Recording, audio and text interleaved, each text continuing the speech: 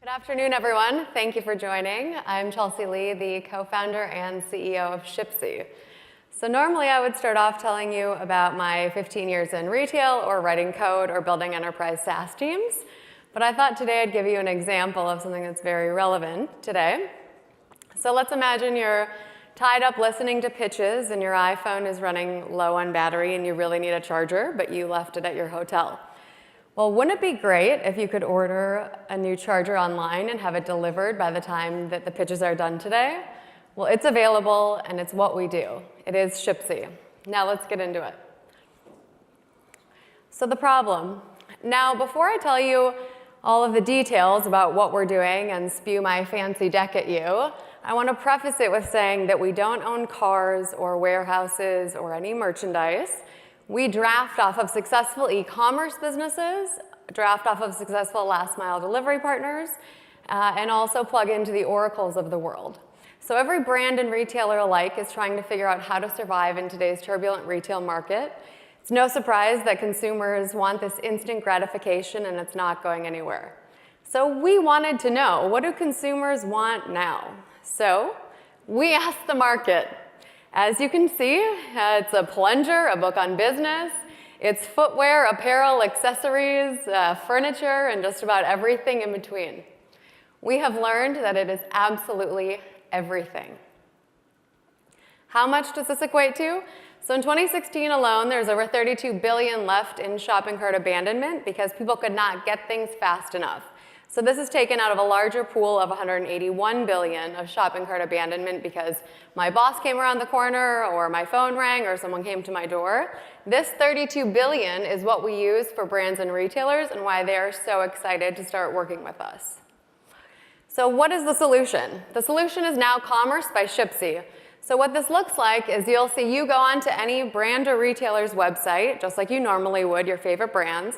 Our API integrates directly into that e-commerce platform and gives the end consumer an additional option at checkout for them to receive their merchandise within an hour or less.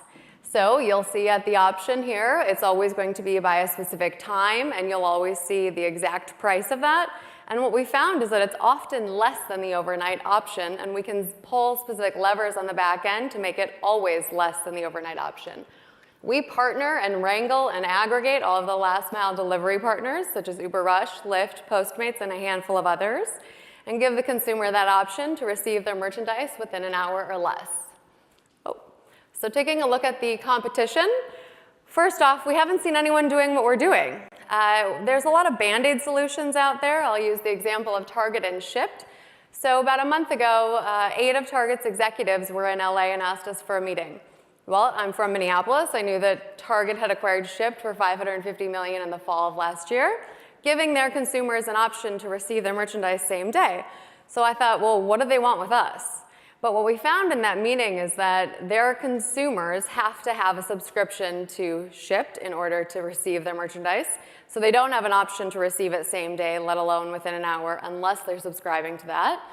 In addition, Shipt is a driving network and an app, just like Uber and Postmates, so we can plug that into our API as well.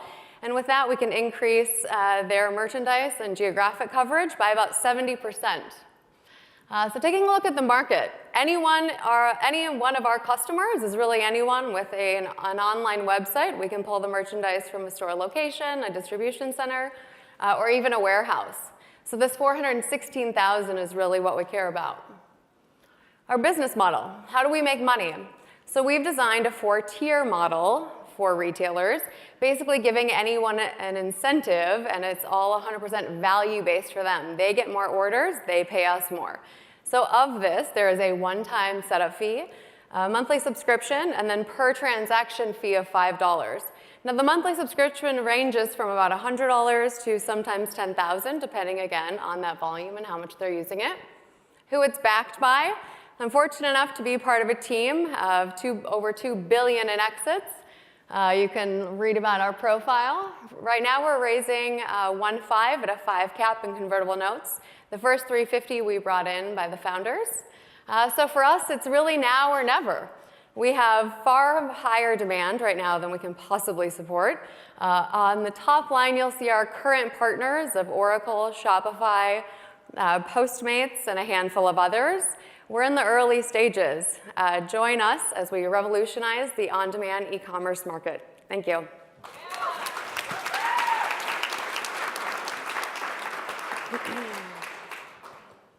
One competitor I didn't see up there was Amazon Prime Now. Good question. Good question. I've never heard of them. Can you tell me a little bit about them?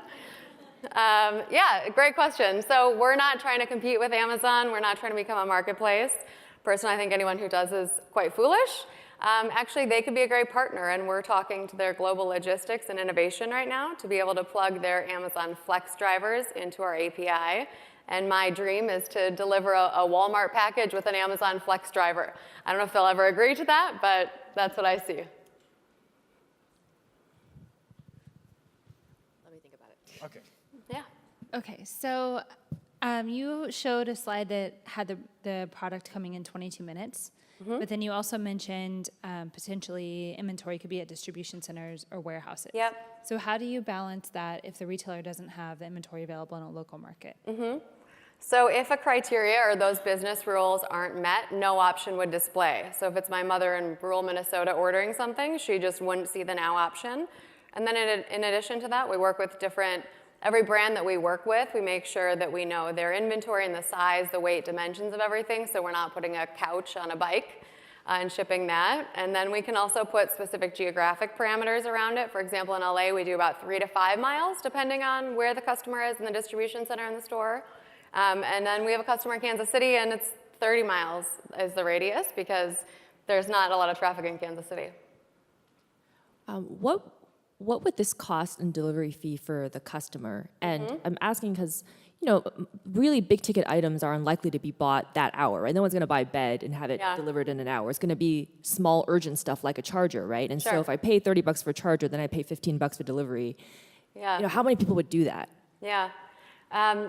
We were surprised, actually, when the best example is someone brought up birthday candles for their 5-year-old grandson's birthday party, and I don't know how much candles, $1 or $2, $5, that they would have paid $1 million to get that delivered now.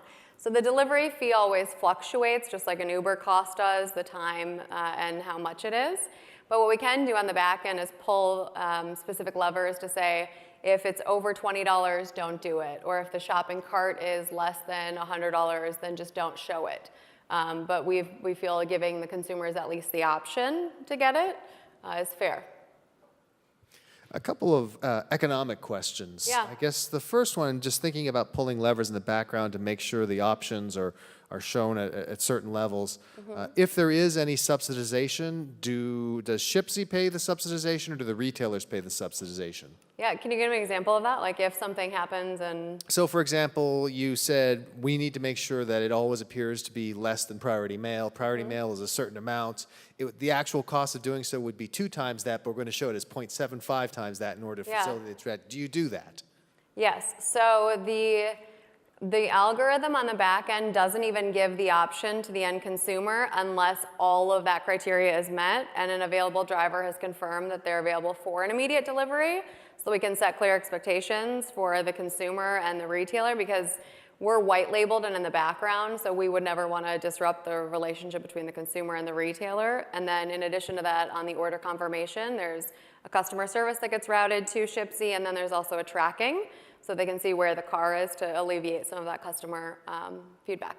One follow-up question. So did I hear correctly that you charge the retailer $5 per transaction? Yep. And so that eats away the margin for a lot of small ticket items, right? So is there also like a minimum order size that you would offer this through? Otherwise, they're just going to lose money on every transaction, right? Sure. It's actually top and bottom line return for the retailer, because they don't pay for freight, because the consumer sees that it's $9, so that becomes a pass-through cost, and it's a sort of a confusing, weird pass-through model, but really it's the only way that everyone is faster, better, stronger, makes more money in that equation. So the retailer, the average freight cost is about $12 to send a package, so they're only paying us that $5 because the consumer sees it's $9, pays the retailer, and then they reimburse us for that at the end of the month. But that's assuming that they are shipping one of the item versus in bulk. Right? Yeah. Okay. Yeah, but it's an immediate order, so it's probably not going to be something giant. So you mentioned a lot of these kind of algorithms that won't have the option appear unless certain criteria are met. When you kind of put the number of the pain point, the $1 billion worth of commerce that is not done because things are left in the shopping cart. Yeah. Is that using the same kind of winnowing criteria? Because I think what we're getting to is a very specific use case in which this actually even pops up as an option. Oops, I'm being asked to stop. So, go for it. Yeah, it's really by specific markets. I mean, there's a lot of retail stores, and we're targeting and clustering last mile delivery partners, retailer requests, and then wherever the delivery is. Yeah. Thank you, All right. Chelsie. Thank you. Thank you.